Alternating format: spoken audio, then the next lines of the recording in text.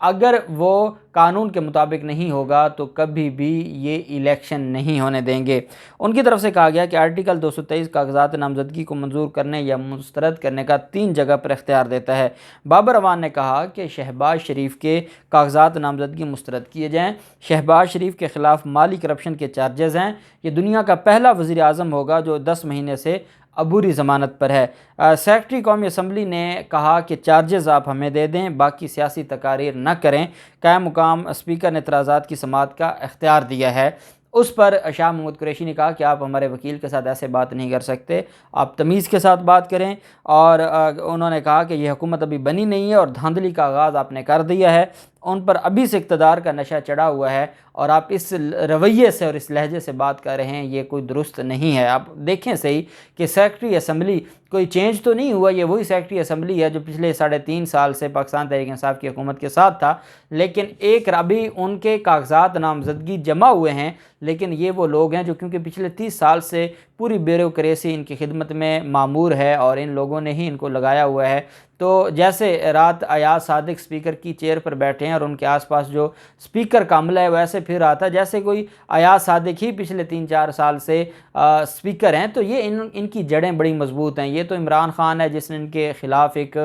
نعرہ لگایا ہے اور ان کے خلاف ایک آواز اٹھائی ہے، نہیں تو یہاں پر آج تک آواز نہیں اٹھانے دی گئی، اور آواز اٹھانے والوں کے ساتھ آپ نے دیکھا ہے ڈاکٹر ارسلان افتخار کے ساتھ کیا ہو رہا ہے، اور باقی جو پاکستان تحریک انصاف کے آفیشیل سوشل میڈیا کے لوگ ہیں ان کے ساتھ جو ان کو تھریٹ کیا جا رہا ہے۔ تو یہ چیزیں ہیں کہ یہاں آواز اٹھانا جرم ہے، لیکن عمران خان نے لڑنے کا اعلان کیا ہے، اور آج جو آج کور کمیٹی کے اجلاس میں فیصلے ہوئے، اس سے پہلے میں آپ کو بتا دوں کہ شاہ محمود قریشی نے کہا وہاں پر جب تلخ کلامی ہوگی بابر اعوان کی اور سیکرٹری اسمبلی کی، تو شاہ محمود قریشی نے کہا کہ آپ ہمارے وکیل کے دلائل میں مداخلت نہ کریں، یہ حکومت ابھی بنی نہیں ہے اور دھاندلی کا آغاز کر دیا، ان پر ابھی سے اقتدار کا نشہ چڑھا ہوا ہے۔ بعد ازاں سیکرٹری قومی اسمبلی نے شہباز شریف کے کاغذات نامزدگی درست قرار دیتے ہوئے شہباز شریف اور شاہ محمود قریشی دونوں کے کاغذات نامزدگی منظور کر لیے، جبکہ فواد چودھری نے میڈیا سے گفتگو کرتے ہوئے کہا کہ شاہ محمود قریشی کو ہم نے اپنا وزیر اعظم اس لیے نامزد کیا، انہیں وزیر اعظم نامزد کرنے کے 2 مقصد ہیں، جن میں سے ایک یہ ہے کہ ہم شہباز شریف کے کاغذات کو چیلنج کر سکیں۔ فواد چودھری کا کہنا تھا کہ شہباز شریف پر اعتراضات نہ مانے گئے تو ہم کل استعفے دے دیں گے، کور کمیٹی میں یہ فیصلہ ہو چکا ہے۔ شیخ رشید نے بھی اس کے اوپر کھل کر بات کی ہے کہ ہم نے فیصلہ کر لیا ہے کہ ہم ان چوروں کے ساتھ نہیں بیٹھیں گے اور ہم استعفے دیں گے، اگر انہیں شہباز شریف کو وزیر اعظم بنانا ہے تو پھر ہمارا فیصلہ مستعفی ہونا ہے۔ مسلم لیگ نون کے صدر شہباز شریف نے کہا ہے کہ اگر کوئی ریزائن کرنا چاہتا ہے تو وہ ریزائن کر دے، ہم آئین اور قانون کے مطابق اسمبلی کو چلائیں گے۔ دوسری طرف جو کاغذات نامزدگی ہیں یہ basically article 223 constitution of Pakistan میں سکروٹنی کا ذکر ہے، یا پھر ہم دیکھتے ہیں کہ جو رولز آف پروسیجر ہیں نیشنل اسمبلی کے، رول نمبر 33 وہ یہ بات کرتا ہے سکروٹنی کی، اور اس میں 3 سٹیجز دی گئی ہیں کہ کن کن سٹیج پر سکروٹنی ہو سکتی ہے۔ لیکن ایک چیز میں آپ کو بتا دوں کہ رول 33 میں آخر پر یہ لکھا ہوا ہے کہ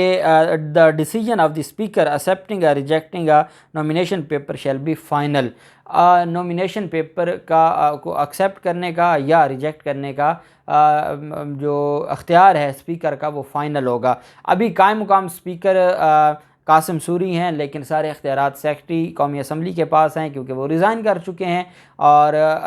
سیکرٹری قومی اسمبلی اگر یہ ریجیکٹ نہیں کرتے یا اعتراضات نہیں مانتے تو پھر اس کے بعد پاکستان تحریک انصاف کے پاس، کیونکہ جب سپریم کورٹ آف پاکستان نے پارلیمنٹ کے لیے عدالتوں کے دروازے کھول دیے ہیں تو اب یہ معاملہ ہائی کورٹ یا سپریم کورٹ میں جانے والا ہے ان کے کاغذات نامزدگی کو لے کر، اور اس میں یہ پلی لی جائے گی پاکستان تحریک انصاف کی طرف سے، کیونکہ پاکستان تحریک انصاف نے آج واضح اعلان کیا کہ وہ چیلنج کریں گے۔ پلی یہ لی جا سکتی ہے کہ اگر کوئی چیز آئین اور قانون کے خلاف ہوگی اور اسپیکر ہی کیوں نہ اس کے اوپر فیصلہ دے دے، وہ فیصلہ ناقابل قبول ہوگا۔